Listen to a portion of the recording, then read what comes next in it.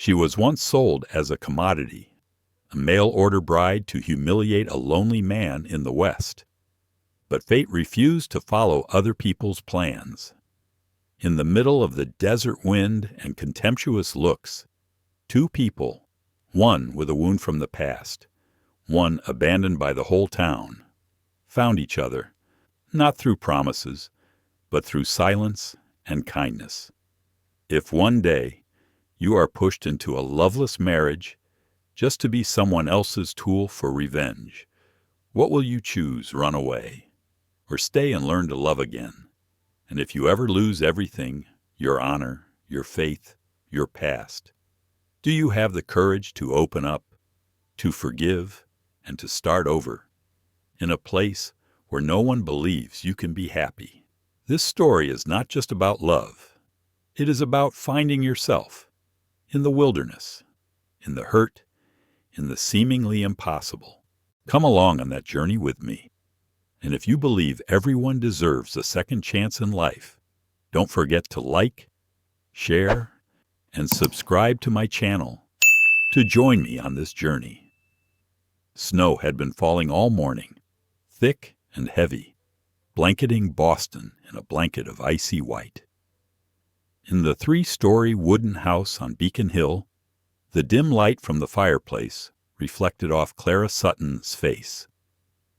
The 43-year-old woman sat silently by the window, her hands trembling slightly on the amber-colored wooden table.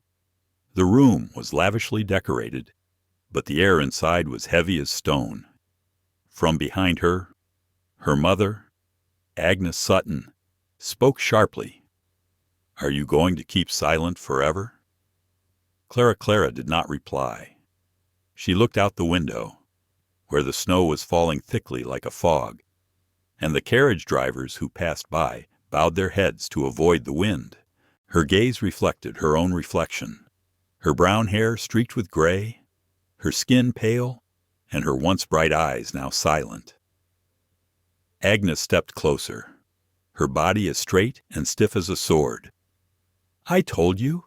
You will sign this paper today." A piece of paper was placed on the table, with a bright red seal. The words stood out: marriage contract, Wyoming territory. Clara looked at the words and pursed her lips. "Are you going to send me away like a commodity?" Agnes smiled faintly. "Don't say that. You were a Sutton once, but now you're a burden. No one at your age would marry a widow without property. If you want to redeem your family's honor, go." Her voice was low and even, like a verdict. Clara looked up. Family honor or Mother's Agnes didn't reply, just pushed the paper closer. "Mr. Thomas Hale has made arrangements. A man from Dust Valley, Wyoming, Elias McGraw. He was a soldier, now a small rancher. He turned down an investment from your father. Now, let's see what he thinks of getting a lady from Boston. Ironic, isn't it?" The words were like a cold knife, cutting deep into Clara's heart. She understood. This was not a marriage. This was a carefully calculated humiliation. Clara gripped the edge of the table tightly, her heart pounding, but her face calm.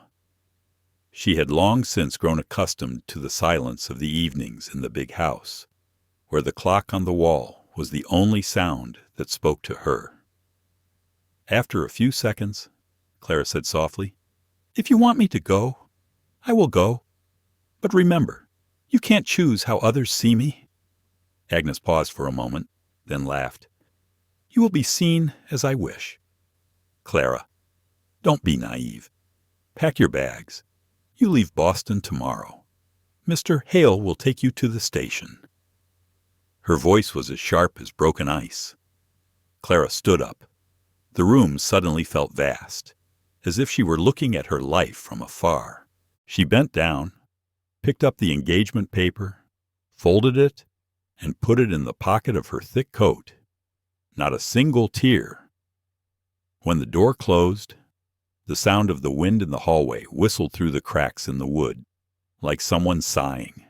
Clara did not sleep that night. She packed up a few things: her late husband's silver brooch, a worn Bible, and a faded photograph, taken at Christmas 10 years earlier. The room was quiet, except for the crackling of the wood in the stove.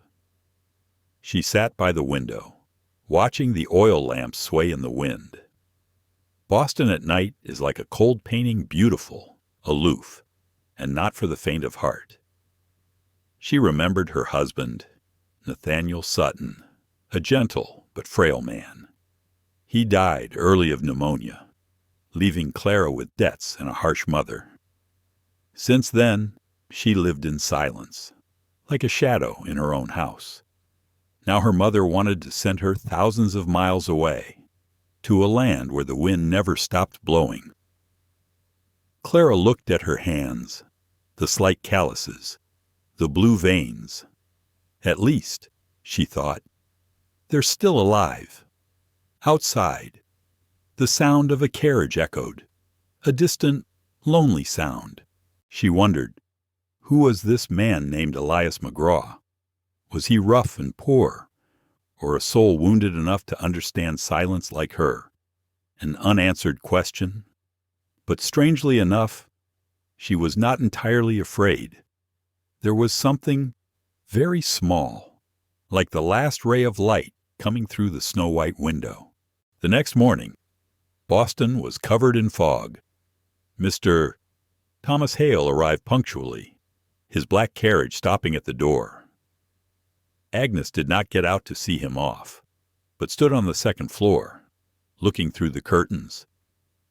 Clara came out, her coat thick, hooded, her hands in leather gloves.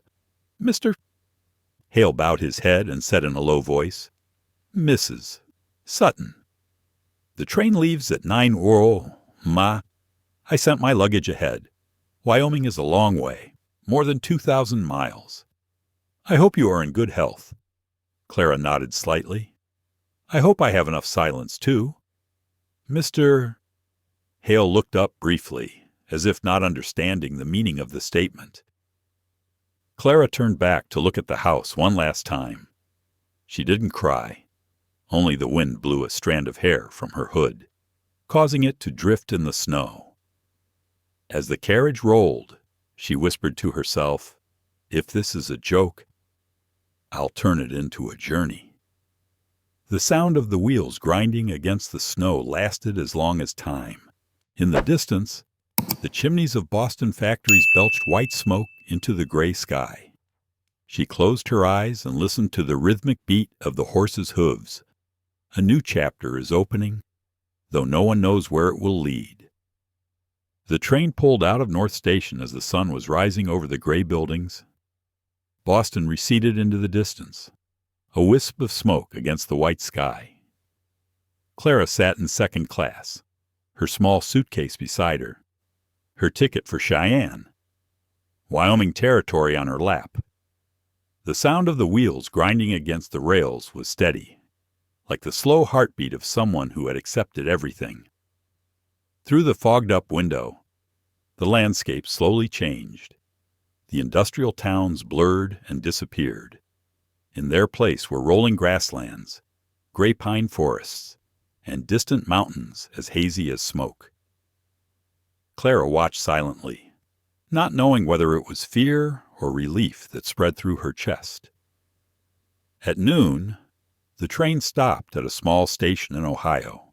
Passengers got off to eat lunch, a few men in wide-brimmed hats, their clothes covered in road dust.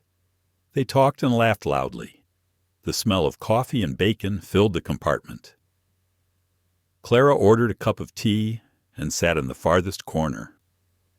An old ticket collector stopped by the seat, his eyes as gentle as fire.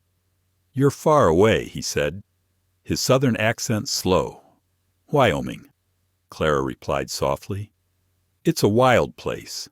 The wind never sleeps, but the people there are more real than anywhere else," he said, then smiled and left the train ticket on the table. That sentence kept echoing in Clara's mind the rest of the way. As the afternoon wore on, the train crossed the Nebraska plains. The sunset stretched across the golden grasslands, turning them to a sea of fire. The wind blew through the windows, carrying the scent of dry earth and the strange smell of freedom. Clara closed her eyes. In that moment, she thought of her husband, Nathaniel, who had dreamed of leaving Boston to live near nature. He had never left, and she had never thought of going so far. Night fell, and the passengers gradually fell asleep. The train rocked gently, the sound of metal on metal creating a steady lullaby. Clara opened an old yellowed Bible. A familiar sentence appeared. There is a time to break down, and a time to build up. She read silently, then closed the book, wondering, is this the time for me to rebuild something? The next morning the train pulled into Omaha. Many people got off, a few got on. A young woman sat next to Clara, holding a sleeping baby. Her tired but gentle smile warmed Clara's heart. "Are you going far?" she asked. "Very far. Probably all the way across the country." Clara chuckled. "I'm going to Wyoming, too. My husband works in the coal mines near Rawlins." They talked for a while. She told of the wind-swept land, of men returning from war with sad eyes, but also of moonlit nights on the plains, the distant howling of coyotes, and the smell of hay when the wind changed. Clara listened, each image unfolding in her mind, like a picture she had never seen before. 3 days passed. Her body was tired, but her heart felt strangely peaceful. At her age, she no longer feared change, only emptiness, and perhaps that faraway place. Wyoming was the place where she could begin a different, less painful kind of silence. On the afternoon of the 4th day, as the train approached Cheyenne, it suddenly began to snow. Large flakes fell in the train's smoke, the light reflecting off the glass. Clara pulled her shawl tight, looking out at the landscape outside, a white, desolate world. In that scene, she suddenly realized in all these years, she had never truly seen anything so beautiful, only because her mind was locked in rooms and judgments. Cheyenne Station was small, with only a few people waiting. The old conductor who had helped her carry her luggage down said, "You have nearly 100 miles to go from here to Dust Valley. They say it's a sparsely populated area, but it's very nice in the spring." Clara thanked him and gave him some money, but he shook his head and said, "God bless you, Mrs. Sutton." A coachman took her to a small inn in town, where she would spend the night before continuing on her journey. The inn was dimly lit by a yellow oil lamp, and the air smelled of pine and coal smoke. Clara opened the window, and a cold wind blew in, carrying with it the clanging of windmills in the fields. She sat down on the bed and took the letter from Mr. Elias McGraw that Mr. Hale had given her. The paper was wrinkled, and the handwriting was large and slanted. "Mrs. Sutton, I don't know if I'll be a good husband, but I've got a good house. At least it doesn't leak when it rains. If you come, I'll meet you." Just a few short lines, simple to the point of clumsiness, but in them Clara sensed an undisguised sincerity. She smiled. For the first time since leaving Boston, that night, Clara could not sleep. The sound of the wind blowing through the tin roof, the sound of the carriage wheels gradually faded away, then stopped.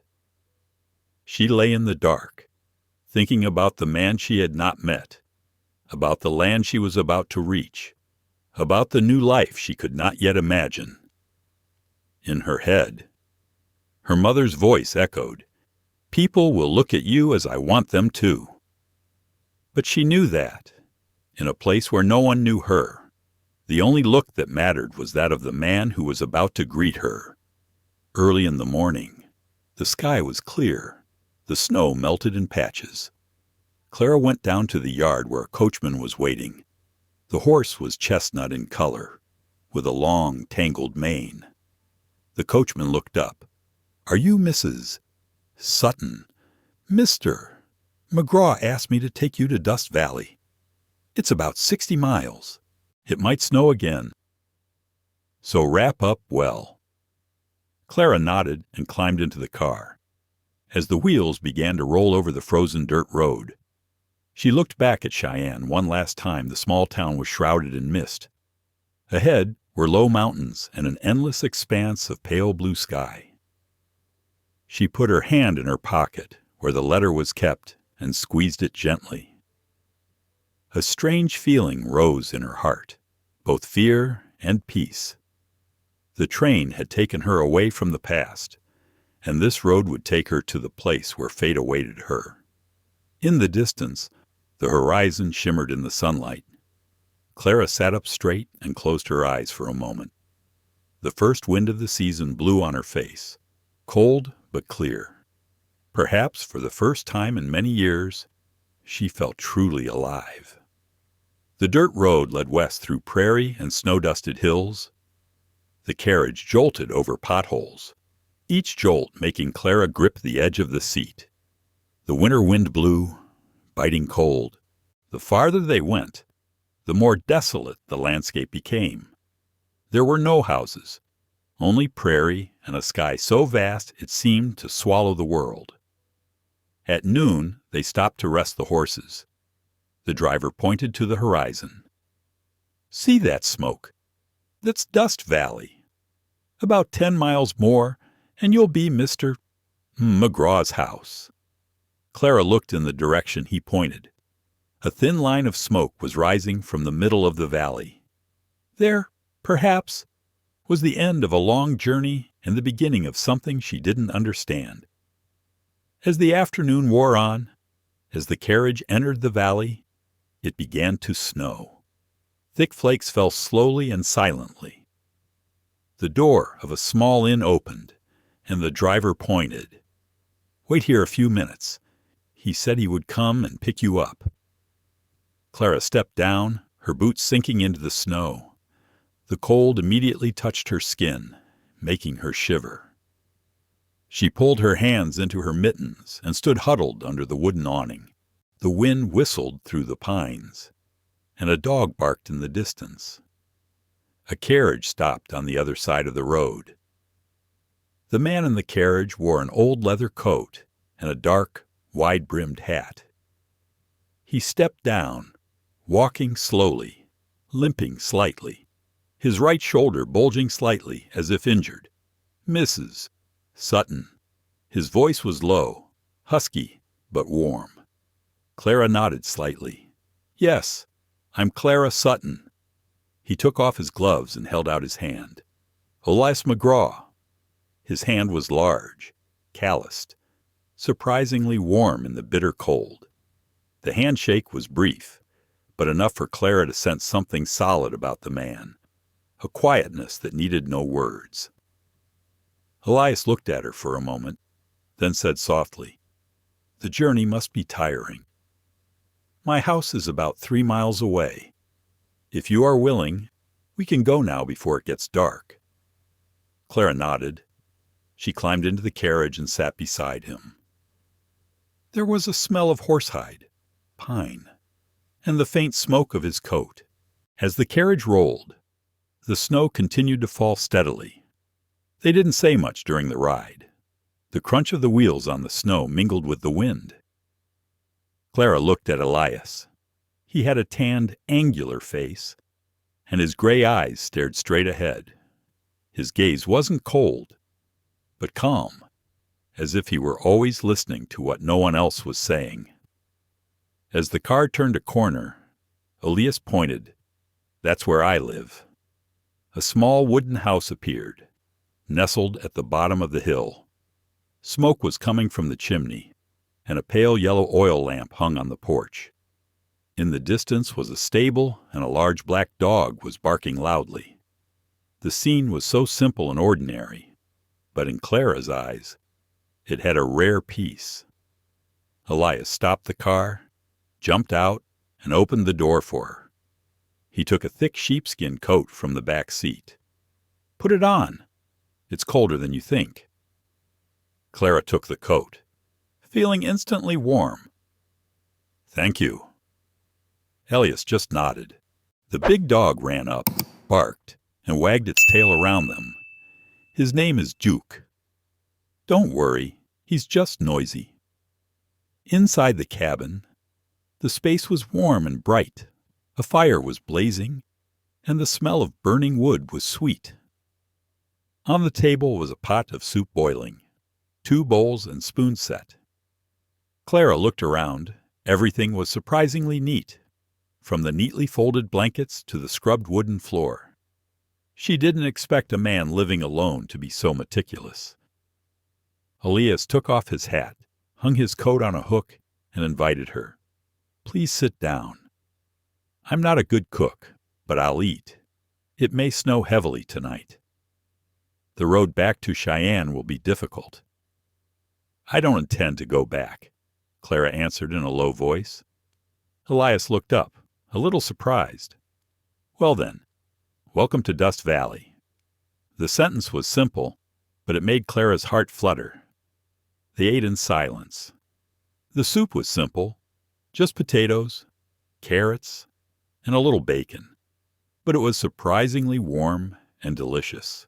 After the meal, Elias poured 2 cups of black tea. "You'll be in the other room. I'll sleep in the attic.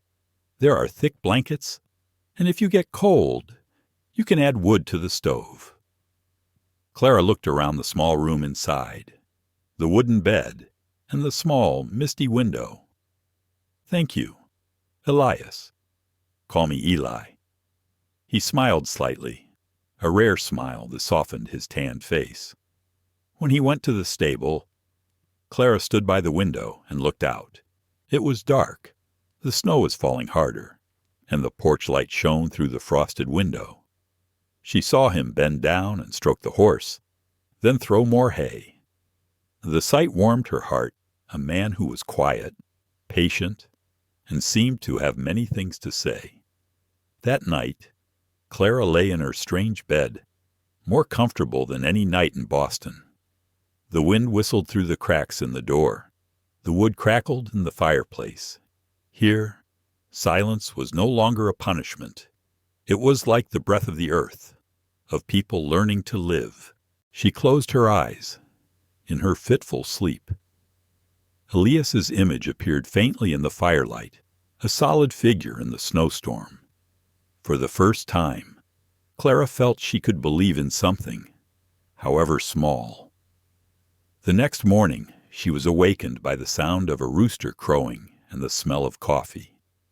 When she opened the door, Clara saw Elias standing by the stove, stirring the pot of water, and Duke curled up at his feet. He turned around and smiled slightly. "Good morning. I made the coffee a little strong. I hope you don't mind." "It smells good," Clara replied, her voice hoarse from sleep.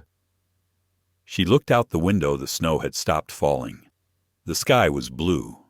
The light shone on the mountainside. Dust Valley sparkled like a giant mirror.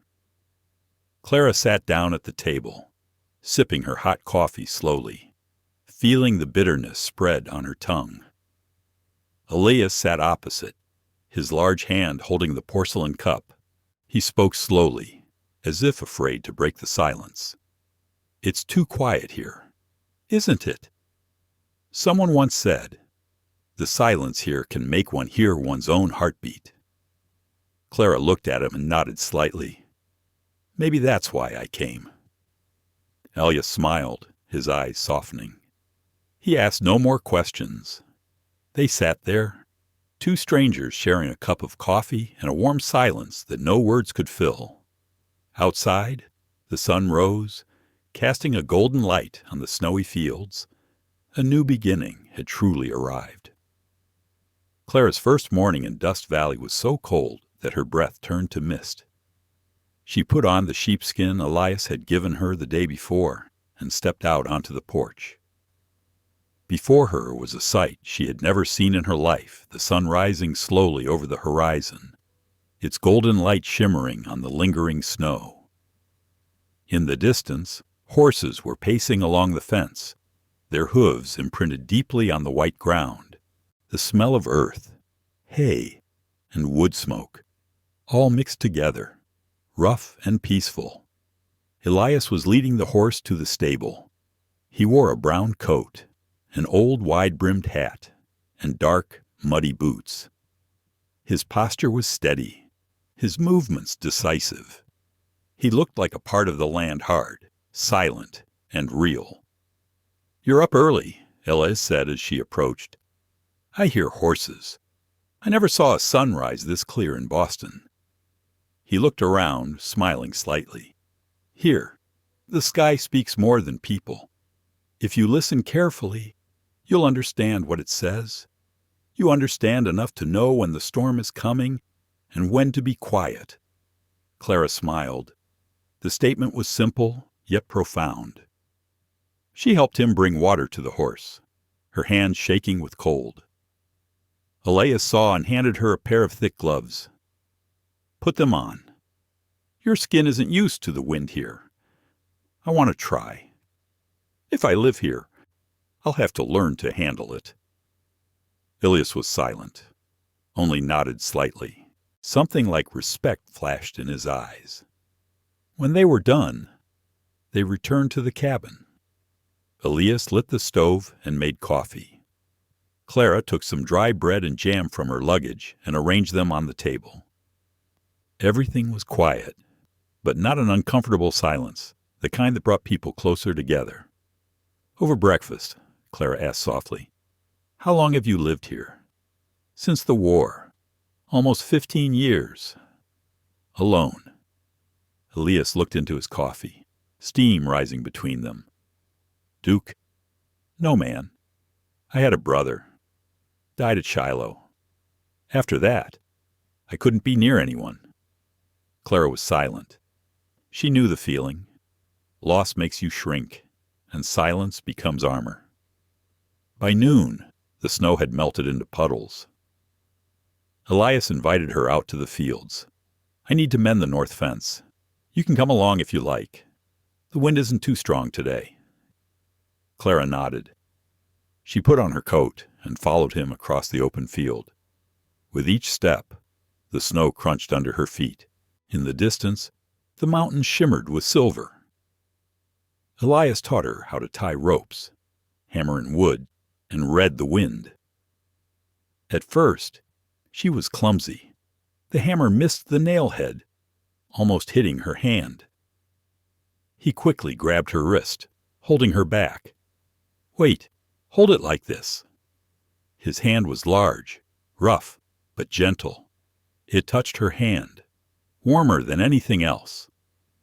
Clara felt her heart beat faster and quickly pulled back. Elias said nothing more, just silently drove in another nail. By evening, the sky had turned a pale orange. They stood leaning against the fence, watching the sun set. A warm light stretched across the valley. Elias said softly, "The days here are short, but long enough to remember." Clara replied softly, "In Boston, the days are long, but I don't remember anything." They were both silent. In that moment, she felt like she was sharing something with him that went deeper than words, the loneliness they both carried. That evening, they had a simple meal, baked potatoes and stew. Duke lay under the table, occasionally raising his head at the crackling of the wood. Clara felt strangely at ease. Everything was real here, from the taste of the food to the sound of the wind outside. After dinner, Elias took out an old book with a worn leather cover. "Do you like to read?" "Very much. In Boston, I read a lot to forget what I didn't want to remember." Elias handed her the book. "Whitman, Leaves of Grass." He wrote for people who weren't afraid to live their truth. Clara opened the book. The words trembled in the firelight. "I exist as I am. That is enough." She read slowly, as if talking to herself. Elias looked at her, his eyes soft and deep. "Sometimes just believing that is enough," he said. When night fell, Clara went out onto the porch. The snow had stopped. Overhead, countless stars dotted the dark sky. She took a deep breath, the cold air hitting her chest. But her heart felt strangely warm. From inside the cabin, Elias' harmonica played, soft, sad, but heartbreakingly beautiful. The melody drifted into the air, mingling with the sound of the wind, creating a feeling of loneliness and peace. Clara sat down on the porch steps and listened. It had been a long time since she had heard someone play music for no reason. No reason, just to live another moment. She closed her eyes and tears welled up. Not because she was sad, but because she had finally heard herself. When the music stopped, Elias came out. "Did I wake you?" "No. The music is beautiful. I only play when I can't think of anything to say." "Sometimes silence is the best thing to say," Clara replied. He looked at her and nodded slightly. They were no longer strangers. That night, Clara returned to her room, feeling relieved. She placed Whitman on the table and watched the oil lamp flicker. She knew that life would not be easy from here on, but at least she would no longer find herself drifting through the cold rooms of Boston. Here, everything was primitive, but real, and real, sometimes, was the most precious thing. Before going to bed, she wrote a few lines on a small piece of paper. "Wyoming, my first day. I don't know what lies ahead, but the wind here smells of freedom. I'm going to learn to hear it." The fire in the stove gradually dimmed, blending with the sound of the wind outside, as if lulling her into a new dream, a dream of a new beginning. The weather in Dust Valley was unpredictable in the days that followed. The sky was clear and the wind was light, but at night it was so cold that even the breath turned to white smoke. Clara gradually grew accustomed to the rhythm of life here, slow and steady, like the heartbeat of the earth. She rose early with Elias, lit the fire, boiled water, and went out to feed the chickens.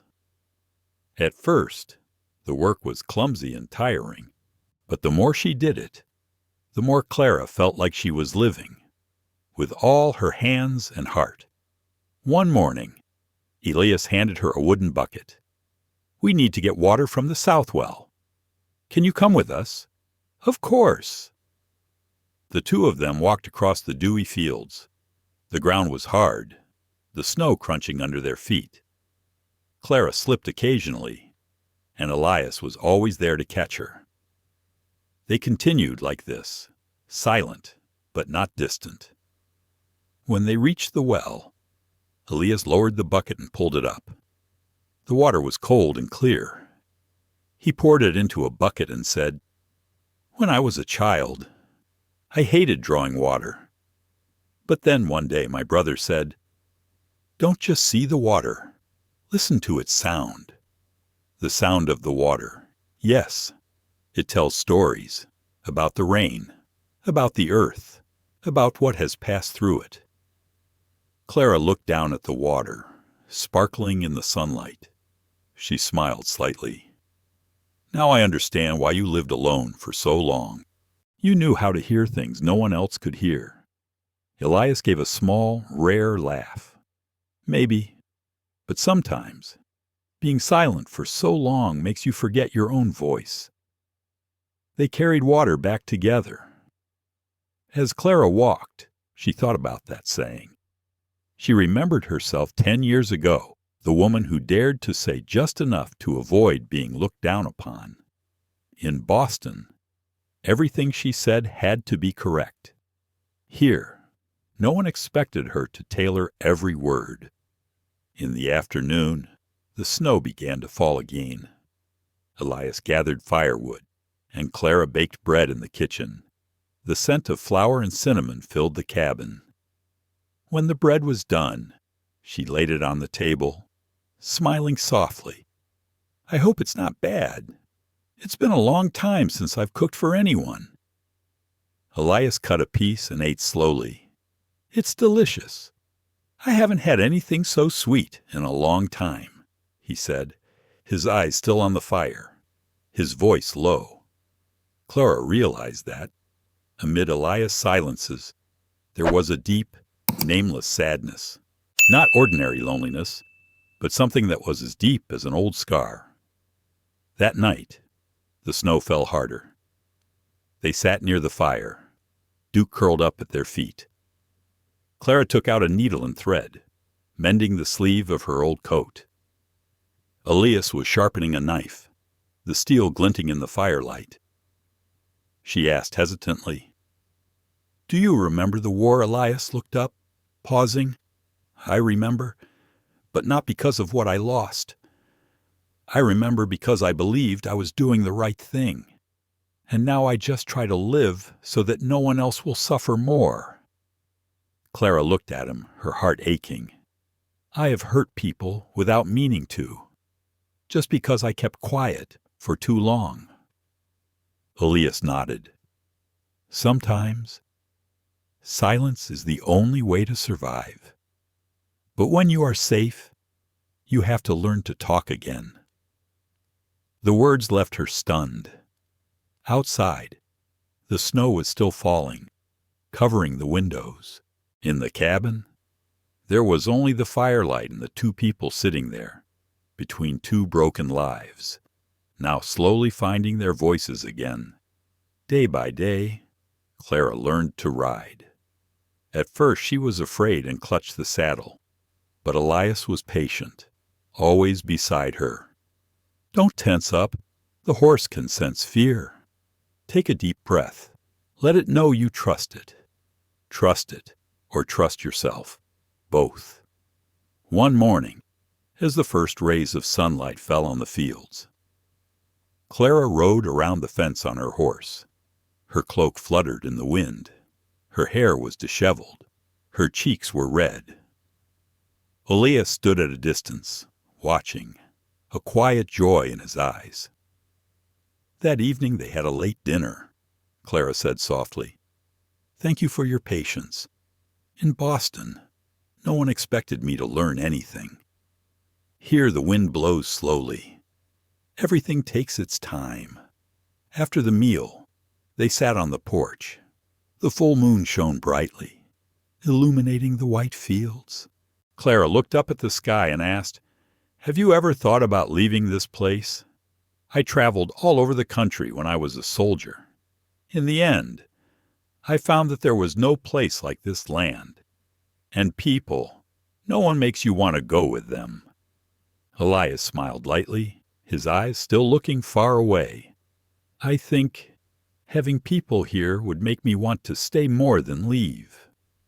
Clara turned and met his eyes. Her heart fluttered. She quickly looked away, hiding a small smile. The next day, a postman came on horseback. He left a thick envelope sealed with red wax. Clara recognized the handwriting. It was Agnes Sutton's, her mother. She stood there, staring at the envelope on the table. Elias saw it and asked news from home. I'm not sure what home means to me anymore. She opened the letter. Inside were a few cold lines. Clara, I hear you've been to Wyoming. Mr. McGraw must be interested to know why you were sent. Don't forget, the honor of Sutton belongs to me, not you. At the bottom is a small newspaper clipping from the Boston Chronicle about the Sutton family's loss, and the ironic comment, perhaps they can find some honor in the West. Clara folded the letter, her hands shaking. Elias looked at her, his eyes dark. Are you okay? It's just, the past doesn't want to leave me alone. The past will be silent when you stop responding to it. She nodded, but that night, she could not sleep. The letter lay on the table, like an old bleeding wound. Early in the morning, Elias went out to the fields, and Clara sat by the fireplace, watching the flames. She suddenly realized that she no longer wanted to run away. Here, in this faraway land, she could start over. She didn't need anyone's permission. In the afternoon, she went out to help Elias clean the stables. When he looked up, she said firmly, "Eli, I'm not going anywhere. No matter what people in Boston say, I'm staying here." Elias just looked at her, and after a long while said, "I've never wanted anything more." A strong wind blew, carrying with it glittering snowflakes. Amidst the wind, amidst the vast grasslands, two lost people suddenly found the warmth of remaining. 3 days after the letter from Boston arrived, the weather in the valley suddenly turned fierce. The sky was gray, the wind whistled through the rocks, and dark clouds rolled in like giant waves. Elias stood on the porch, looking westward, where the storm was brewing. He said softly, "A blizzard. This one will be big." Clara stepped out of the house, clutching her shawl. "Do we need to leave?" Elias shook his head. "It's too late. But don't worry. This cabin has held up better than this. They were busy preparing all afternoon." Elias brought firewood into the house and tied up the windows. Clara gathered blankets, cooked soup, and prepared the oil lamps. No one said much, but there was a silent consensus in their eyes. When the wind picked up, it roared like a giant beast around the roof. Snow whipped against the windows like whips. Every time the cabin shook, Clara held her breath. Elias added firewood, the firelight reflecting off his tanned face, his eyes calm. "Have you ever seen a blizzard?" he asked. "No. In Boston, it just keeps people indoors. Here, it seems to swallow the world. It's a threat. Like people, the louder the noise, the more they hide their fear." A loud screech made the roof creak. Clara, startled, looked up at the ceiling. "Is the roof holding up? I'll check." Elias put on his coat and hat, picked up his hammer and tarp. "Let me help you." "No, you stay in here. I'm used to it." But Clara didn't listen. When Elias opened the door, a cold wind rushed in, and she followed. They climbed onto the roof, the snow blowing blindingly, their cloaks flapping. Elias tried to hold on to the tarpaulin, but his right arm, weakened by his old injury, made him sway. Clara lunged forward and grabbed the other end. The wind whipped her hair wildly, and snow stuck to her eyebrows. Elias shouted over the wind, "Hold on, don't let go, I won't let go" together. They held the tarp tight, trying to hammer in nails during the lull in the wind. Finally, when the last nail was hammered in, they collapsed in the snow, gasping for breath. Clara laughed, a laugh that echoed through the storm, while Elias looked at her, half surprised, half admiring. "Aren't you afraid? Of course I am. But at my age, I'm tired of being afraid." Elias chuckled, then helped her up. For a moment, their eyes met, deeper and more real than ever. But then a strong wind blew, forcing them back into the house. When the door was shut, Clara sat down by the fireplace, her hands trembling, but her eyes bright. Elias put his hand on her shoulder, his voice hoarse. "Thank you. No one has ever helped me fix the roof. And your wound, that right arm, was it from the battlefield?" He was silent for a long moment, then nodded. "Shiloh. My brother and I were caught in the crossfire. I survived, but he didn't. Every time the wind blows like this, I hear him." Clara looked at him, her voice low. "I know that feeling. I hear my husband's voice, too, on windy nights in Boston." The two fell silent. The sound of the storm outside blended into the silence in the cabin, like a sad song they shared. That night, they did not sleep. Clara sat reading a few lines from the Whitman book Elias had given her the day before. Her voice was soft, trembling with the wind. Have you learned lessons only of those who admired you and were tender with you? Have you not learned great lessons from those who braced themselves against you and disputed the passage with you? Elias looked up, his voice hoarse. Perhaps we all learn from wounds. Clara nodded slightly, and from those who are patient enough to see those wounds without turning away. The wind outside was calming down, but in both of their hearts, the storm was still raging. The next morning, the snow had stopped falling. The sun reflected off the white snow, blindingly bright. Clara stepped out onto the porch and took a deep breath. The storm air was clear and fresh, as if everything had been washed clean. Elias stood behind her, his hands on the doorframe, watching her. Beautiful, isn't it? Beautiful, but so cold. Everything is more beautiful after survival, even people. Clara smiled. She turned and looked at him for a long time.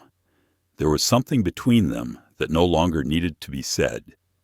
But when they returned, something unexpected happened. On the table, Agnes's letter was still lying there, blown to the floor by the wind of the night before, revealing the bottom part unread. Clara bent down and saw a small passage. And if Mr. McGraw knew you were only part of a bet, that he was going to marry someone sent as merchandise, I believe he would end that miserable engagement himself. She stopped. Her heart stopped. Elias stepped forward and saw the words, silently. He picked them up and read them. His face grew cold. His gray eyes deepened. You knew about this before. His voice was not loud, but heavy as stone. Clara took a deep breath. I didn't know until we got on the train. I wanted to tell you, but I was afraid you'd think I was there to make fun of you. So you kept quiet. I was afraid you'd ruin what we had. I was afraid you'd see me like everyone else. Elias clenched the letter in his hand. They sent you here to humiliate me. Right? Clara nodded, tears rolling down her cheeks. But I didn't want that. Eli, everything that happened after coming here was true. I found myself here. He turned away without saying anything more. His hand shook slightly. I need to go out for a moment. The door closed, leaving Clara alone with the letter and the dying fire. She sat silently for a long time until the snow began to fall again, each drop small and light, like ashes. A dull pain spread in her heart. She knew that the letter could have destroyed the most fragile thing they had built, but she also knew that there were truths that had to come, even if they were late. Night fell. The cabin was only dimly lit by the fireplace. Clara took out a pen and paper and wrote a letter. Eli, I came here for someone else's joke, but I stay for my own truth. If you don't believe me, I understand. But I won't leave to hide. I'm here, not to be forgiven, but to prove that sometimes what comes from a mistake can still turn out to be right. She put the letter on the table, put on her coat, opened the door, and stepped out into the thin snow. The path down into the valley was white and numbingly cold. With each step, she could feel her breath evaporate like smoke.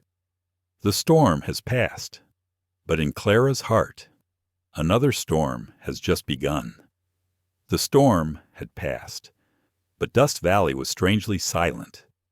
The ground was white. The pine trees covered in snow were as still as statues. Elias returned at dusk, his coat covered in ice, his face dark, his eyes heavy. Clara sat by the fireplace, half expecting, half fearing, listening for the door to open.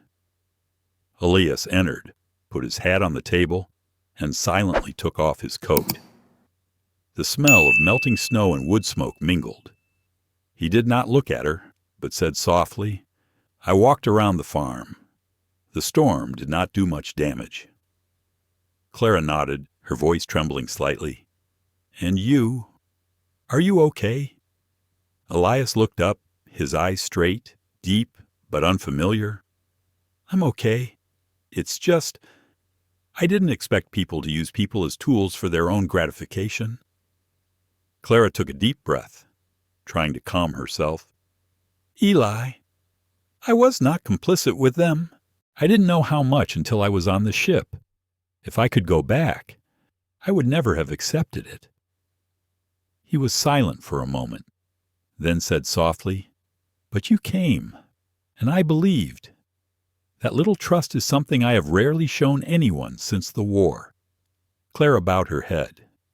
"I understand. But believe me, every day I spent here, every meal, every time I looked at the fields, was real. I didn't fake anything." Elias looked at her for a long time. There was pain and struggle in his eyes. Finally, he just said, "I need time." He went to the stables, leaving the cabin in silence. Clara sat silently, watching the fire die down. She felt as if she were fading with the light. That night, Elias did not return home. Clara knew he slept in the stables, the only place where he felt safe. She wanted to go there, but she was afraid. Afraid of the cold gaze, afraid of being dismissed. The fear kept her immobile, just sitting there, watching the moonlight shine on the silver snow. The next morning, Clara cooked breakfast as usual. She didn't know if he had eaten, but she put his portion on the table anyway. Elias returned, tired, his eyes still deep.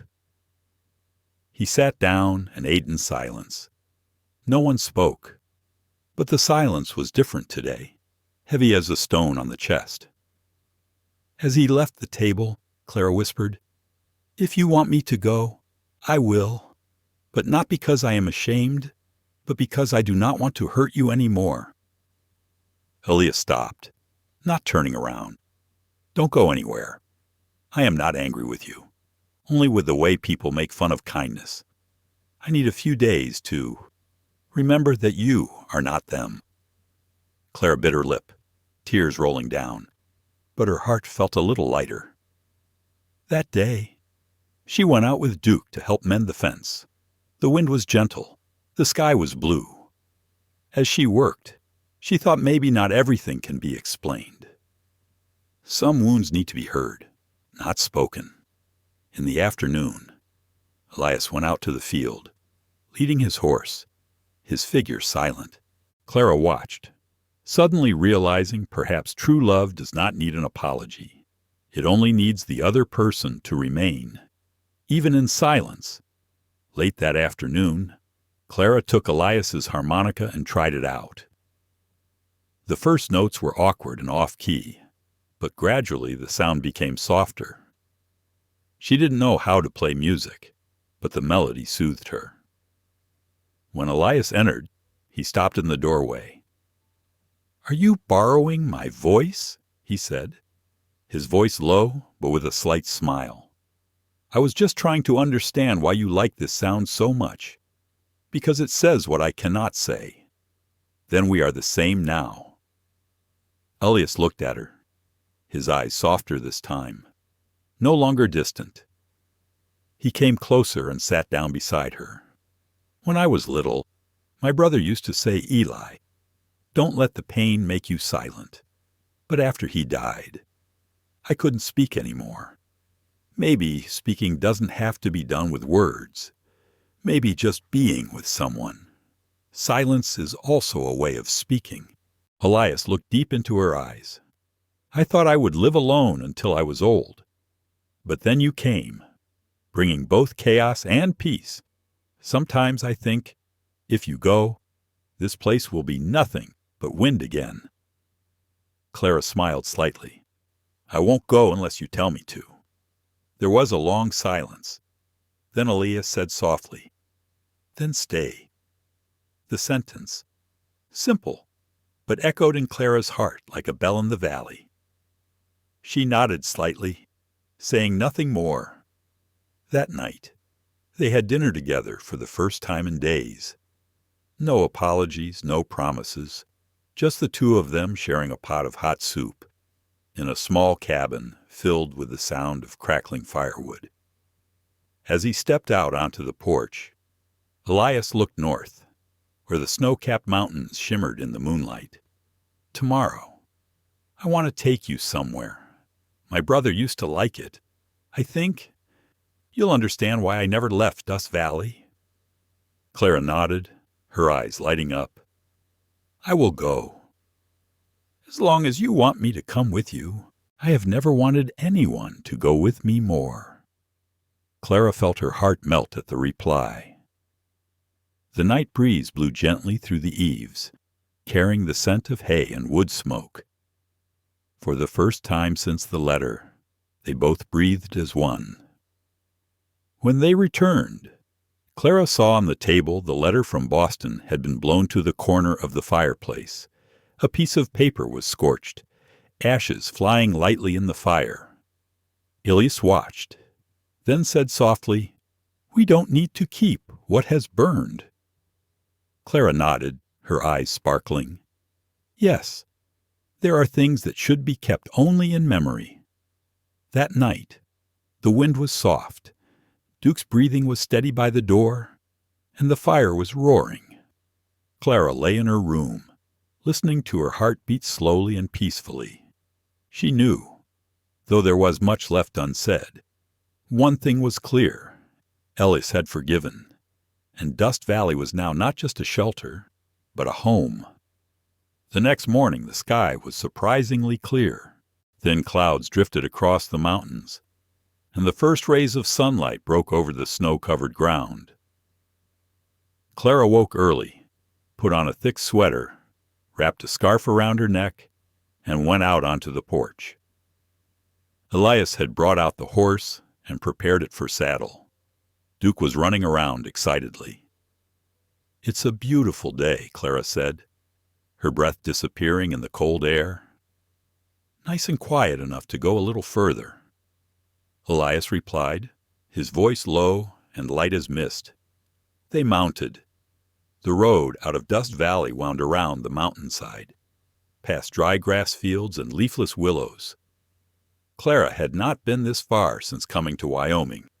Every step, every breath of wind, made her feel as if she were leaving the past, entering another world plain, but utterly real. As they crossed the frozen stream, Elias pointed toward the northern mountains. "There's a place up there called Black Elk Ridge. My brother used to go there whenever he wanted to think. I still go there every year on the day he died." Clara fell silent. "Thank you for taking me with you. I want you to know the memory that kept me silent for so many years." They kept going until the road rose. The air thinned, the wind grew stronger, but the sunlight made the snow sparkle like silver. When they reached the top, Elias stopped. Before them lay a white carpet of Dust Valley, thread-like fences, and the cabin roofs were tinged with smoke. "How beautiful," Clara whispered. "Yes. My brother used to say that from here all faults seem small. Down there, people think they are so big, but they are just specks in the world." Elias dismounted, put his hat on the ground, and remained silent for a long time.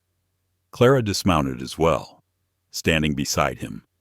The wind blew her hair wildly, but she remained still. Elias spoke softly, his voice carrying the wind. "Every time I come here, I tell him that I am still alive, that I tried to keep this land. Today, I want to add that someone else has made it worth living for me." Clara turned, her eyes moist. "Eli." He looked at her, his gray eyes shining with a strange, soft light. "I don't know what will become of us, Clara, but since you came, that house is no longer just wood and stone. It is breath. It is laughter. It is. Something I thought I had lost. Clara was silent, her heart melting in the cold air. I came here because of someone else's joke. But if I could choose again, I would still come, because for the first time in my life, I can be myself. Elias held out his hand. His was rough and warm. Clara placed her hand on it, gently but firmly, in the wind. They stood there, like the world's last two survivors, holding each other wordlessly. After a few minutes of silence, Elias said, "I have something to show you." He walked to the large rock, knelt down, and brushed away the snow. Under the ice was a small wooden plate engraved with the following words: James McGraw, 1842-1864. He fought with courage. He loved with kindness. Clara bowed her head. "Your brother?" "Yes. I don't have a grave to bury you in. So I made this headstone where you used to like to stand. Every year I come here and talk to you. Today, I thought you would like to hear her voice again." Clara smiled softly, her voice trembling. "Hello, James. I am the person Elias has been forced to put up with all this winter." Elias laughed, a rare, warm, and genuine laugh. Not to put up with, but to be grateful. They sat down together. The wind blew gently. The sun slanted through the dry branches. Elias told her about his childhood, the days he and his brother hunted rabbits, fished in streams, the winters when they shared a ragged blanket. Clara listened, her heart both warm and sad, as the sun began to set, its orange glow spreading across the snow. Clara whispered, "Perhaps we all carry dead people inside us. Eli, they don't disappear. They just lie dormant in the quietest part of us." Elias nodded, "Perhaps so, and because of them, we learn to appreciate the others." They both stood up, looking down at the valley, the last rays of sunlight reflected off the snow, glowing like liquid gold. Elias turned to her, his voice low.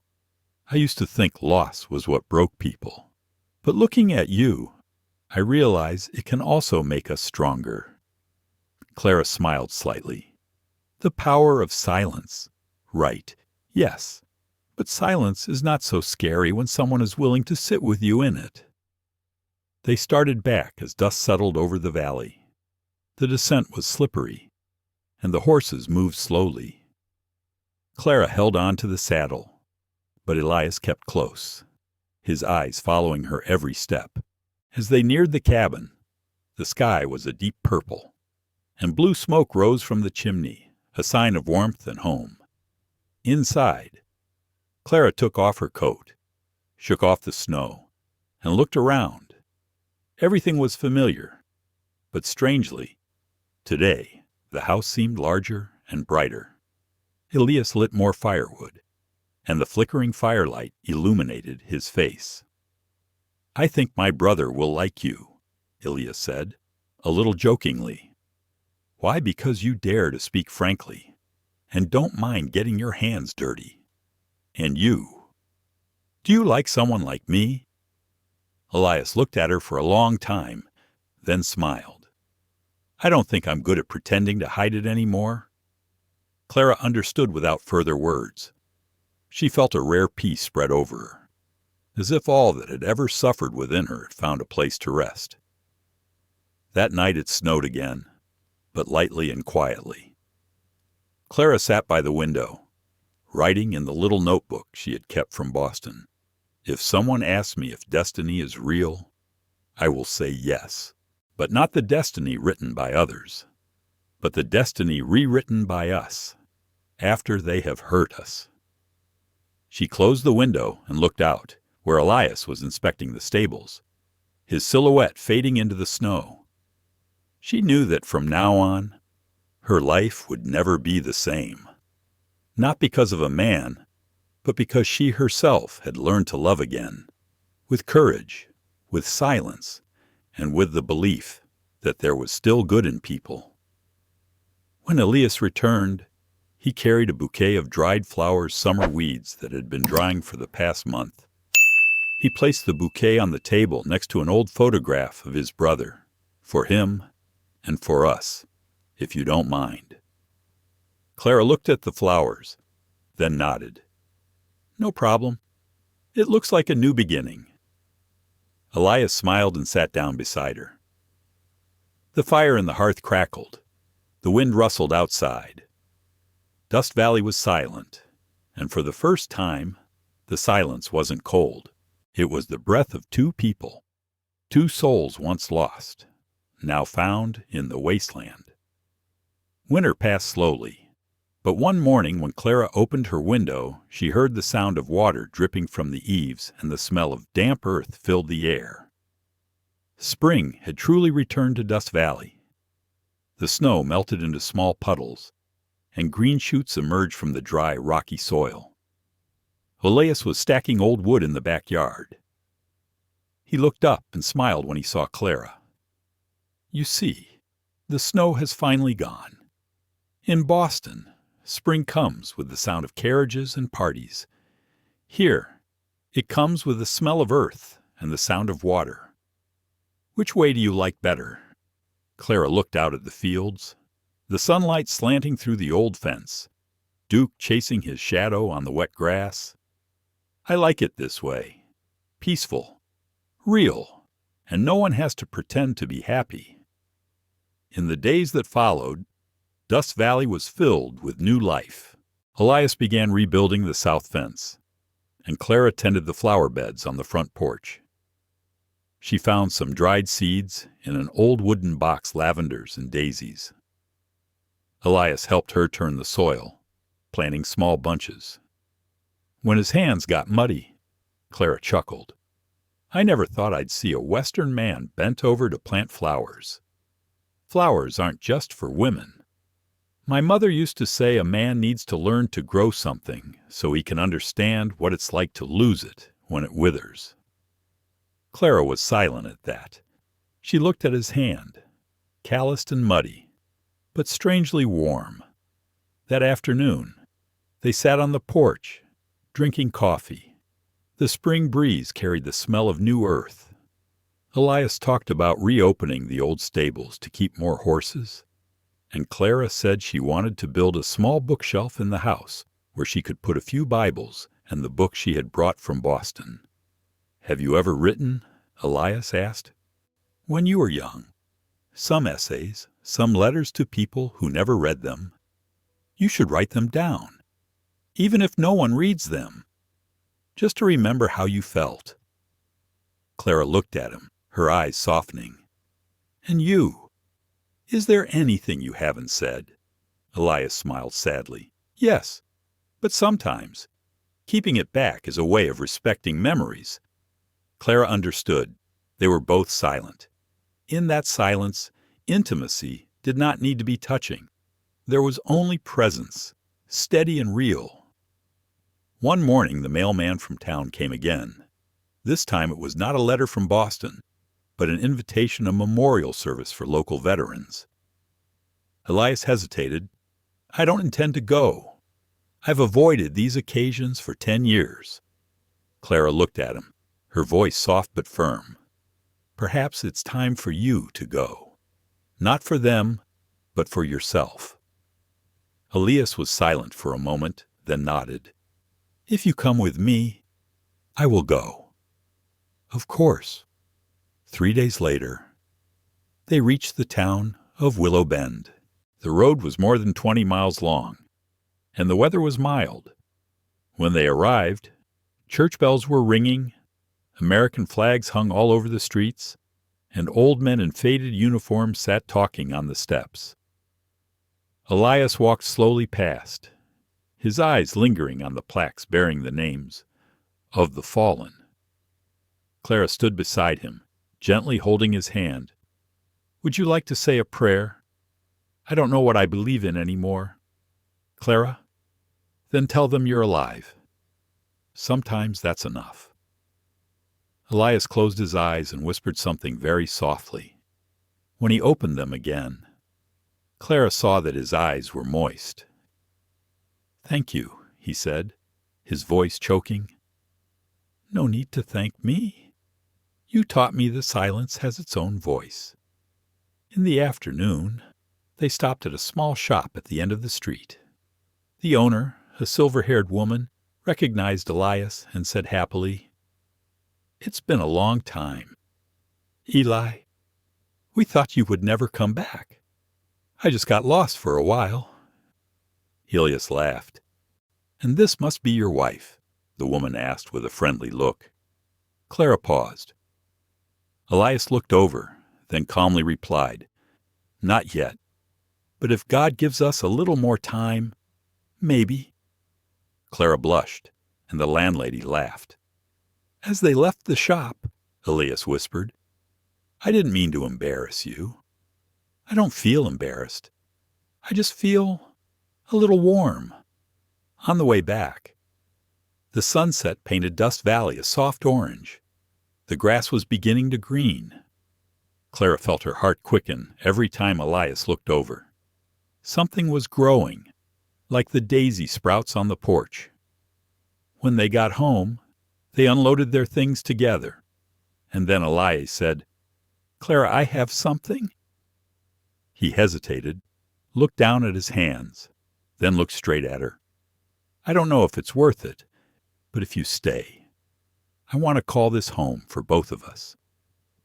Clara stood still, feeling as if the world had stopped. "Eli, no need to answer right away. I just want you to know that I don't have anywhere else to go." She looked at him for a long time.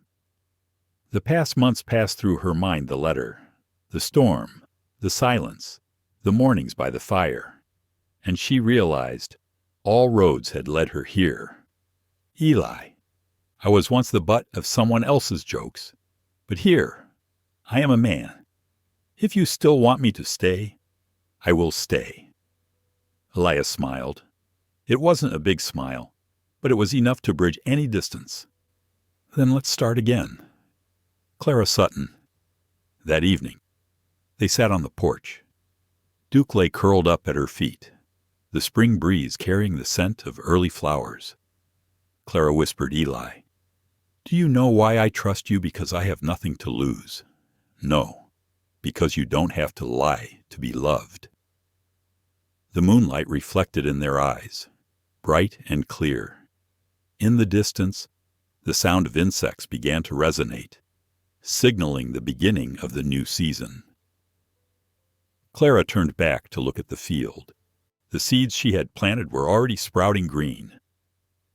Elias took her hand, his hand still rough, but warm and steady. "Dust Valley will be different this season. I want to build more fences, plant more fruit trees. I'll plant flowers along the fence, so when people pass by, they'll know someone is living here, not just existing." They sat there for a long time, saying nothing more. The wind blew gently, carrying the scent of fresh earth and fresh grass. A sense of peace filled Clara's heart, not the false peace of Boston parties, but the peace of someone who has overcome loss and learned to stand firm in life.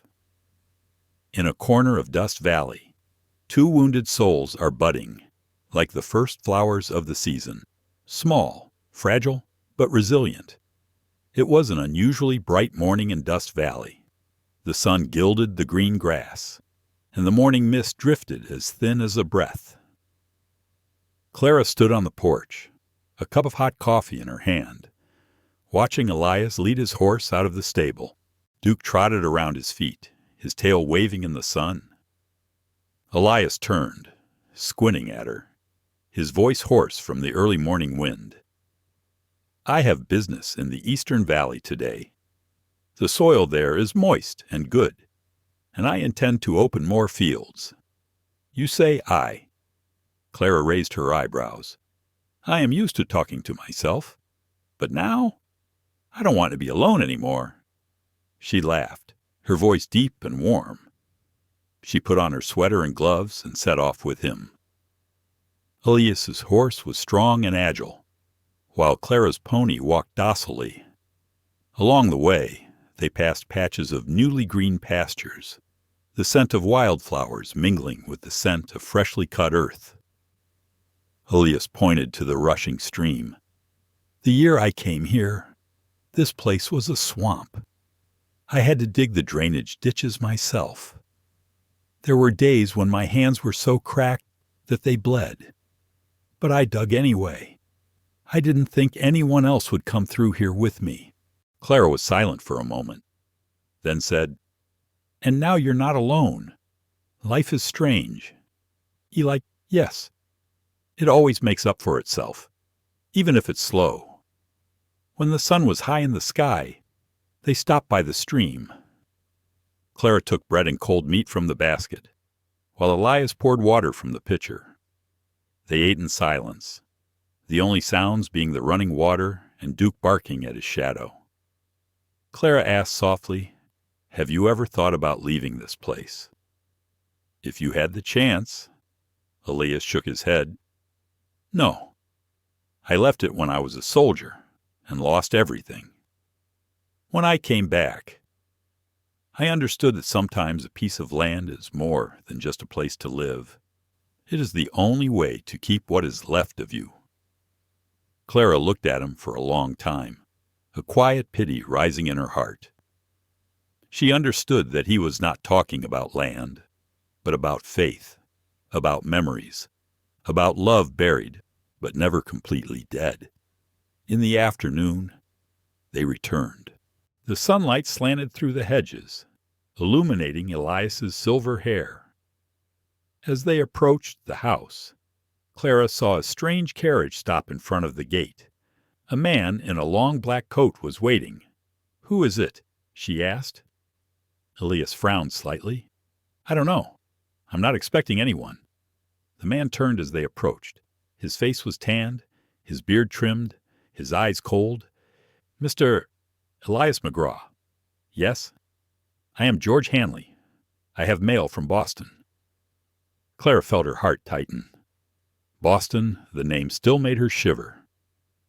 The man handed the wax-sealed envelope to Elias and turned away, without another word. Elias opened the letter. His eyes scanned the lines, then looked up at Clara. "This letter is for you." Clara took it. The handwriting was familiar and slanted the Suttons' former housekeepers. She read silently, each line like a knife to her heart. "The Sutton family has fallen apart. Clara, Agnes died alone last spring. Before she died, she left a note. Tell my daughter I didn't know how wrong I was until it was too late." Clara folded the letter. The evening wind blew, carrying the smell of damp earth. Elias stood still, saying nothing. After a while, he said softly, "Are you okay?" "I don't know. I've been waiting all my life for her to say that. Now she said it, but it's too late." Elias put his hand on her shoulder. "It's never too late to forgive. Clara, maybe she can go peacefully because she's finally found where she belongs." Clara looked up and met his eyes. She saw a wordless understanding in them. She nodded. "Maybe. I used to think I was being sold like a commodity. But now I know that sometimes fate sends you exactly where you need to be." They entered the house. Clara placed the letter on the table, next to the dried flowers Elias had brought. She sat down, her eyes distant. Elias lit the fire, the crackling of the wood fading in the silence. "Eli," she said after a while, "if you hadn't sent that letter of marriage that day, if I hadn't been forced to go, we wouldn't have met. Maybe so, but maybe God planned it. Every mistake has a reason to correct it. Do you believe in fate? I don't believe in fate. I only believe in choice, and she chose to stay." Clara smiled slightly, her eyes sparkling like tears. "Yes, I chose, and for the first time, I don't regret it." That night, a gentle breeze blew through the window. Clara sat down and wrote in her notebook, "People are not defined by what they have lost, but by how they continue to live." I used to think silence was weakness, but now I understand. Silence is sometimes the strongest thing, because it keeps what is worth keeping and lets go of what no longer belongs. She put down her pen and sighed in relief. In the corner, Elias was sharpening his saw, the firelight reflecting off his face, calm, steady, like the land itself. The next day they went out together and started building the new barn. Clara helped Elias saw wood and drive posts. Her hands were blistered, but she was still smiling. "Not bad for a lady from Boston." "Huh?" she said. Elias chuckled. "I never doubted it. You're stronger than most men I've ever known." They both stopped when the sun began to set. The golden light fell on the field where the horses were grazing. Clara leaned against the fence, sighed, and said softly, "Eli, I have lived my whole life for others, my parents, my ex-husband, public opinion. For the first time, I want to live for myself, and for someone who makes me feel at peace." Elias stepped closer, his eyes shining with deep emotion. "If you're talking about me, I just want to say that nothing has made me prouder than that you chose to be here." They stood side by side, no words needed. The evening breeze blew gently, carrying the scent of early lavender flowers and the smell of wood smoke. In the sky, birds flew westward, where the red sun was slowly setting behind the mountains. For the first time, Clara felt truly alive, not just existing in someone else's memory. And Elias knew, after so many years of solitude, he had found someone who could hear his silence and respond with her own silence, a language deeper than any words. As night fell, they sat on the porch, gazing at the starry sky. Elias pointed to the faint streak of light that stretched across the sky. "My brother used to call it the road home." Clara tilted her head and smiled. "Perhaps we are on our way home. Eli, perhaps. Clara, perhaps." The wind blew softly. Duke's breathing was steady in the corner of the porch. Above, the stars twinkled like unspoken promises, and Dust Valley, once a symbol of loneliness, had now become a real home, of two wounded souls, but still chose to believe in love. Summer came early. Dust Valley was ablaze with golden hay, and Clara's lavender beds were in full bloom, spreading like a purple carpet in the sun. The wind blew across the hills, carrying the scent of flowers and the laughter of Duke chasing butterflies around the stables. Clara was hanging clothes on the porch when Elias returned from the fields, his shirt dark with sweat, his face tanned, but his eyes bright and kind. He put the bucket down on the steps and wiped his hands on a towel. "Is everything all right, mistress?" he asked, jokingly. Clara laughed and threw the towel at him. "If I were mistress, you would be the worst butler in the neighborhood. I don't mind, as long as you let me eat at your table." They both laughed, a simple yet warm sound that made the birds on the roof stop for a moment. Their life, though harsh, was as peaceful as a slow country song. No more fear, no more heavy silence like the first months. That evening, as the sky darkened with purple, Elias sat on the porch sharpening his knife. Clara set the tea tray on the small table and sat beside him. The moonlight reflected in their eyes, bright but sad. "Do you feel peace, Eli?" she asked softly. "Yes, but peace doesn't usually last long." "Why do you say that?" "Because life in the West is never quiet for more than a season." He finished speaking and turned to look out at the horizon. Clara looked too. Dark clouds were gathering there, far away, but distinct. 2 days later, it began to rain. At first it was only a light drizzle, but by afternoon the wind had picked up, and thunder began to rumble from the mountains. Elias fastened the stable doors, and Clara gathered dry wood into the house. Duke barked constantly, running around as if to warn of something ominous. That night, the storm pounded Dust Valley with a fury of its own. The wind howled through the cracks in the door, ripping the roof off the east barn. Elias wrapped himself in his raincoat and hat, then turned to Clara. "I have to check on the horses. If the wind blows down the fence, they'll panic." Clara took his hand, her voice trembling. "Don't go. You'll be lost. I have to go. Clara, they're our lives. I'll be right back." Elias opened the door. The wind blew out the lamp, extinguishing the fire in the stove. Clara ran to the window, but outside was only pitch darkness.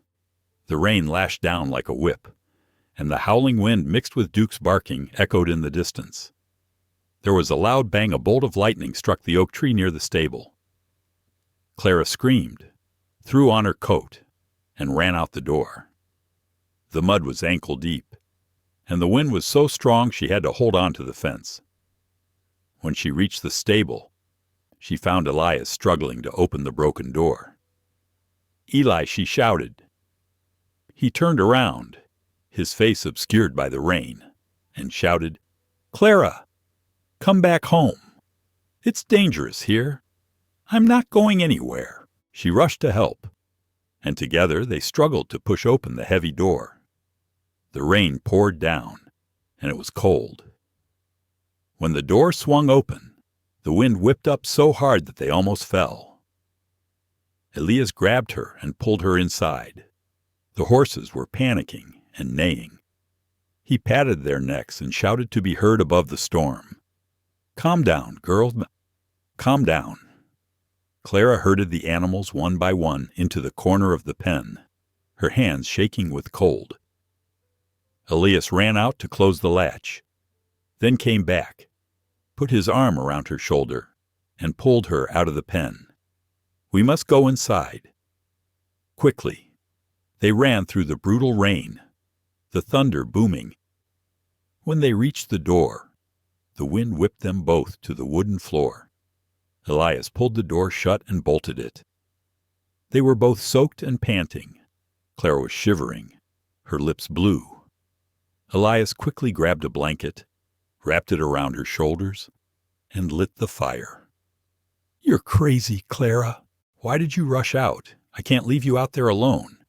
You could die, you know. And what about you? Should I let you die instead?" The two looked at each other, breathing heavily. Then Elias laughed softly, in the sound of the pounding rain. "You really are fearless." Clara also laughed, tears flowing down her face with the rain. "All I know is, I can't lose anyone else." Elias was silent, then took her hand. His hand was cold, but he held it tightly. "You will not lose me." "Clara." They sat close to the fireplace. Outside, the wind was howling and the rain was falling, but inside the little house the fire was warming. Clara leaned her head on Elias's shoulder, tired, but strangely at peace. The next morning, the storm had passed. The sky was clear. The ground was mottled with rain, and the first rays of sunlight streamed through the window, illuminating hands clasped together on the old wooden table. Elias went out to check the stables. The roof tiles were blown off, and some of the fences were broken, but the horses were safe. Clara brought him some water and handed it to him. "Was there much damage?" "Not much. We were lucky, but if you hadn't come out last night, I might have been crushed by that door. Well, now I can say I saved your life. Yes, and now I owe you my life." They both smiled, but the smile was more than relief. It was a testament to something deeper, more enduring. In that moment, Clara knew. The bond between them transcended all prejudice, all fear. In the afternoon, while Elias repaired the barn roof, Clara walked across the field. The rain had washed away the old dust, leaving soft black earth and the rich scent of life. Duke ran ahead, occasionally turning back as if waiting. She stopped in the middle of the grassy knoll, took a deep breath, and suddenly realized Dust Valley was no longer her exile, but her new birth. When Elias returned home that evening, he found Clara lighting candles on the table, the golden light reflecting off the wooden walls. "I have something to read to you," she said softly. Elias sat down and nodded. Clara opened her notebook and began to read. "Some people come into our lives like the wind, blowing everything away, making us scared. But when the wind passes, we realize it was they who cleared the dust in our minds, so we can see the real sky clearly." Elias was silent, his eyes flashing with rare emotion. "You write well. That's what I wanted to tell you. You are the wind. Eli," he smiled, gently holding her hand, "and you are the sky that I never thought I would see again." Outside, the moonlight shone down on the valley. The oak tree that had been struck by lightning was still standing, partially charred but not broken. Clara looked out the window and said softly, "That tree survived the storm. It will grow back stronger than before. Just like us, they sat together, silently. No need for promises, no need for vows, just each other, in the small wooden house, in the middle of a vast land, where wind and rain tested each other, but could not wash away the most precious things, trust and love." That night, Dust Valley was strangely peaceful. Duke curled up by the fireplace, snoring softly. A gentle breeze blew through the door, carrying the scent of lavender. Clara smiled slightly, resting her head on Elias's shoulder. He put his arm around her shoulder, holding her tight. No one said anything, because there are some things, once you've survived the storm, that words are no longer necessary. The next morning, Dust Valley glowed with a pale golden dawn. The storm-washed sky was so clear and deep that you could see the wisps of clouds drifting by. The air carried the scent of freshly cut earth, mixed with the familiar smell of wood smoke from the chimney of the small house. Clara woke early, as always. She stepped out onto the porch, holding a cup of hot coffee, and watched Elias lead the horse out to the paddock. Duke was running around, barking loudly, as excited as if the storm had never happened the night before. She smiled slightly, the smile of someone who had survived a trial and was grateful to still be here to feel the morning sun. Elias turned and waved. "Morning coffee. You write poetry. Clara? If you do, it's probably just a few shabby lines. Shabby is worse than silence. The only thing worse than hail here is too much silence." Clara laughed and sat down on the steps. She looked at Elias. The once dry and tough man had now become softer and warmer, but still maintained the Western spirit in every action. She wondered if love, if deep enough, would not change people but only make them live more truly themselves. The morning passed quietly. Clara washed the clothes and hung them out to dry, while Elias repaired the broken roof of the stable. When the sun rose, they rested in the shade of an old oak tree, the one struck by lightning and now sprouting new branches.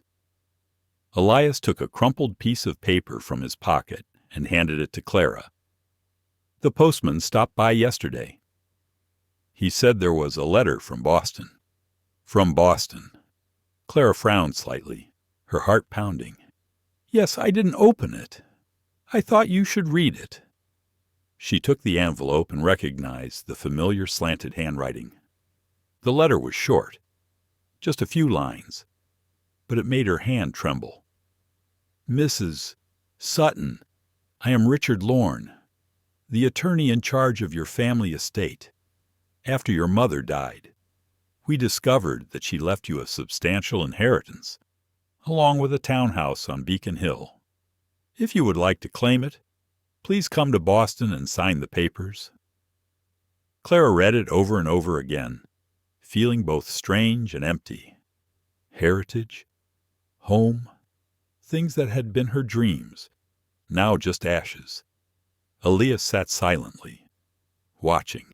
After a while, he said softly, "What are you going to do? I don't know yet. Part of me wants to go back, say goodbye.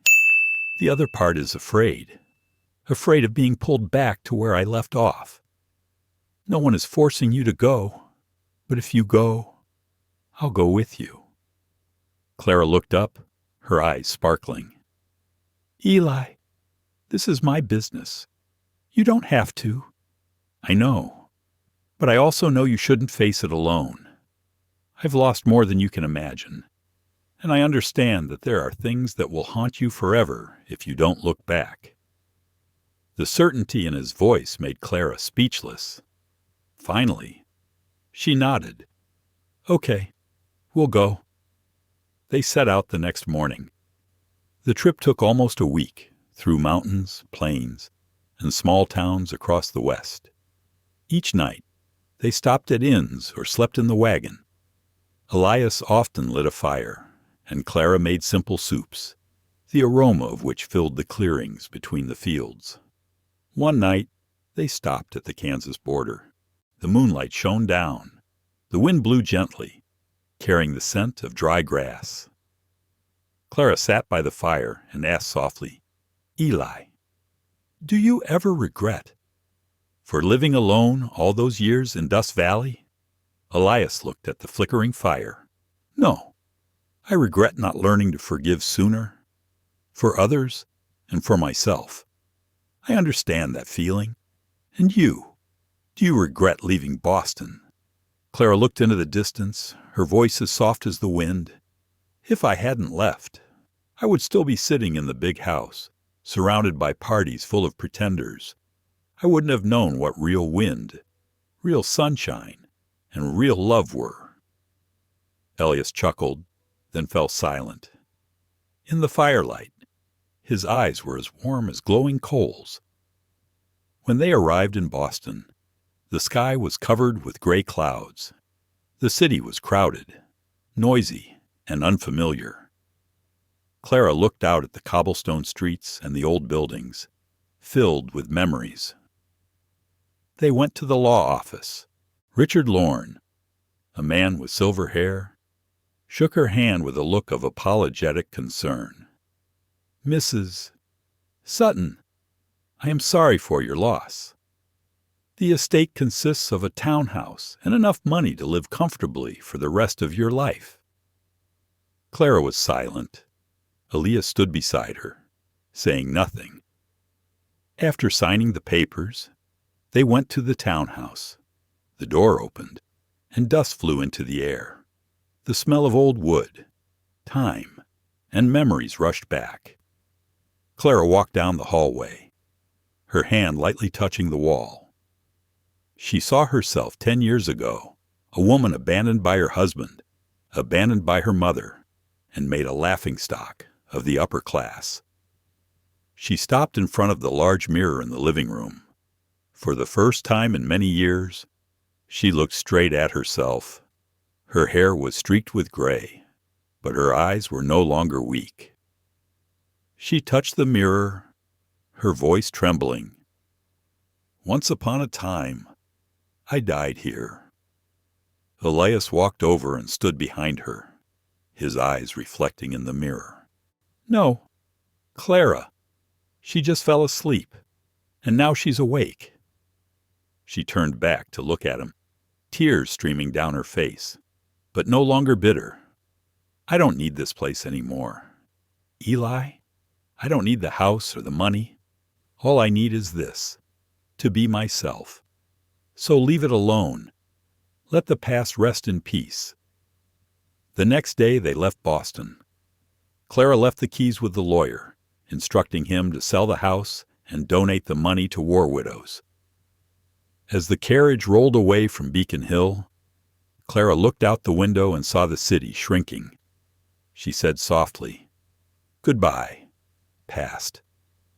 The journey back to Dust Valley was longer, but easier. With each mile, Clara felt her burden lighten.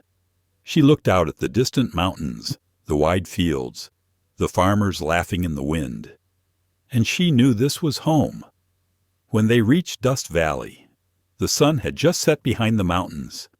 The sunset was pouring down, painting the entire valley a golden yellow. Elias stopped his horse on the hill and looked out at the view that stretched before him. "Clara, have you ever thought that perhaps we don't have to search for peace, but just learn to stop when we find it?" "Yes, and I think I have found it." She looked at him, then at Dust Valley, the place that had witnessed them go from lost to peaceful, from strange to loving. That night, Clara wrote a new entry in her old notebook. "I left Boston a pariah. I returned a man chosen to live again. Some wounds never go away, but when we stop fearing them, we begin to understand that they teach us to love more deeply." She closed the window and looked at Elias sitting on the porch, Duke lying at his feet. The night wind carried the chirping of insects, mixed with the faint scent of lavender. "Eli," she said softly, "if I said I wanted to stay here forever, would you believe me?" He turned around, a gentle smile and warm eyes. "I believe you, because I want that too." The two sat in the moonlight, neither of them saying another word. But between them, the silence was different, no longer an empty space, but a place where the heart could rest. Somewhere far away, their past still exists. The mistakes, the hurts, the misunderstandings. But now, it is just an old chapter in the long book called Life, and Dust Valley, in the quiet night, seems to embrace two people who were lost, but now have found their way back. September crept into Dust Valley like a whisper. The wind carried the scent of dry grass, and the first yellow leaves began to fall sparsely around the porch. Autumn came slowly, but surely, as if the earth and sky were learning to be patient, just like the two people in that small cabin. Clara stood by the window, watching the sun sink behind the mountains. The last light crept over the hills, painting the valley gold. She could hear Elias hammering piles in the yard, the hammering as steady as Dust Valley's heartbeat. Duke lay in the shade, his head propped up on his legs, occasionally opening his eyes to look at his master, then dozing off again. As Elias entered, he brushed wood dust from his sleeve. "We'll have a new fence before winter," he said with a hint of pride. "You work all day. Eli, you never stop if I stop. She'll make me recite Shakespeare again, and if you keep working, I'll recite it until you know it by heart." Clara replied, half jokingly. They laughed together, a pleasant laugh that echoed through the room, mingling with the sound of the wind and the smell of burning wood in the fireplace. That evening, sitting at the dinner table, Elias took out a small package wrapped in burlap. He placed it on the table in front of Clara. "What is this?" she asked curiously. "Open it." Inside was a new notebook, bound in brown leather, tied with a small rope. She had been writing all this time in the old notebook. I thought maybe she would need another one. For her new life. Clara touched the cover, her eyes softening. "Do you think I have anything left to write? I thought she had a lifetime to tell. And maybe, someday, someone would need to hear this story. The story of a woman who refused to give up." Clara smiled. In that moment, she realized that Elias was not just the man who saved her from isolation, but the man who made her believe in herself again, that she still had value. that she could still be loved, that she could still start over. The days that followed passed in a peaceful rhythm. Elias taught Clara how to tend horses, and she taught him how to make apple pie, which Elias always said was better than anything Boston ever made. They worked together, ate together, and were silent together, and each moment of silence was meaningful. One afternoon, as the wind began to cool, Elias sat on the porch, looking out at the distant horizon where the mountains met the sky. Clara brought him a cup of hot tea and sat down beside him. "What are you thinking about?" she asked. "I am thinking about the future, about what we have not said." "Then say it." Elias took a deep breath, then turned to look at her. "Clara, when you came here, I didn't believe I could love any more. I just wanted to live out the rest of my years in peace.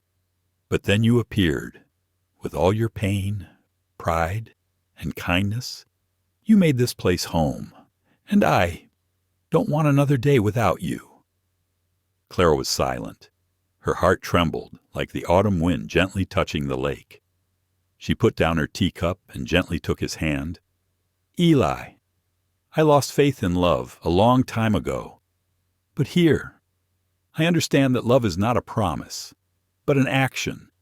It is every morning when you make coffee, every night when you light the fire, every time you are silent, but still there." Elias smiled.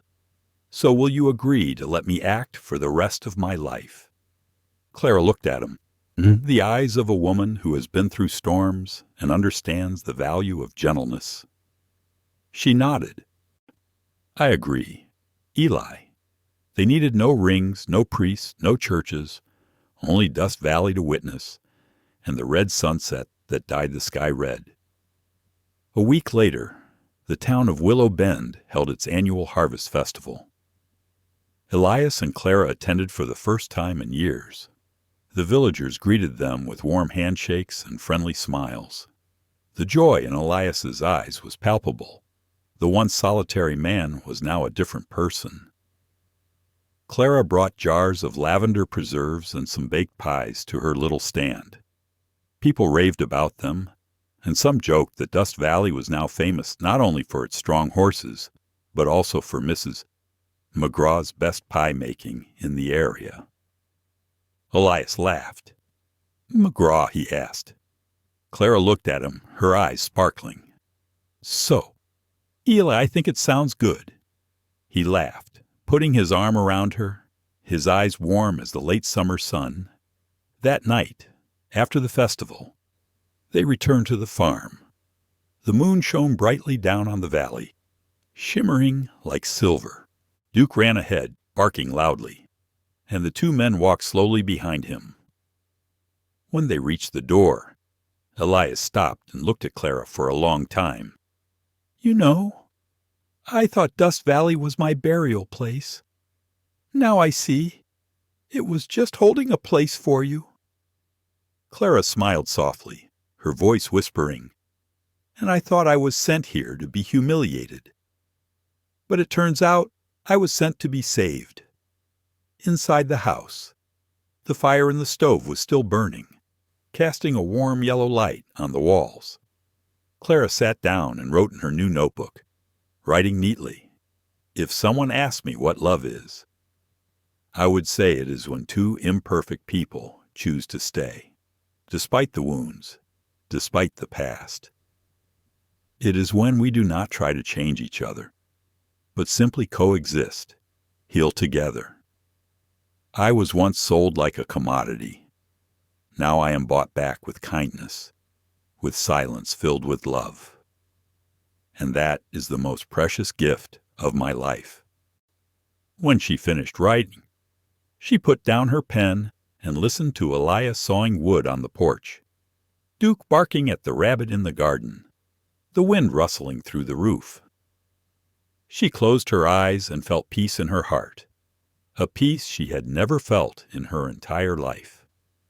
The next morning, Elias re-erected the old wooden sign in front of the farmhouse gate. On it, he carved the following words: McGraw Ranch, where hope grows. Clara stood watching, the breeze blowing her skirts. Tears fell from her eyes, but they were tears of happiness and gratitude. She walked over and took Elias's hand. "This is truly home now. Eli." "Yes, Clara. And you are the heart of it." The sunlight shone down, golden as honey, across the flower-filled fields. Dust Valley, once a place of solitude, had now become a sanctuary of resurrection, and in the hearts of two wounded people, that autumn would forever be a season of peace, of forgiveness, and of love that never died. She was sold. As a mail-order bride to shame him, but the cowboy refused to let her go, is not just a love story, but a reminder that sometimes silence is the most powerful healing.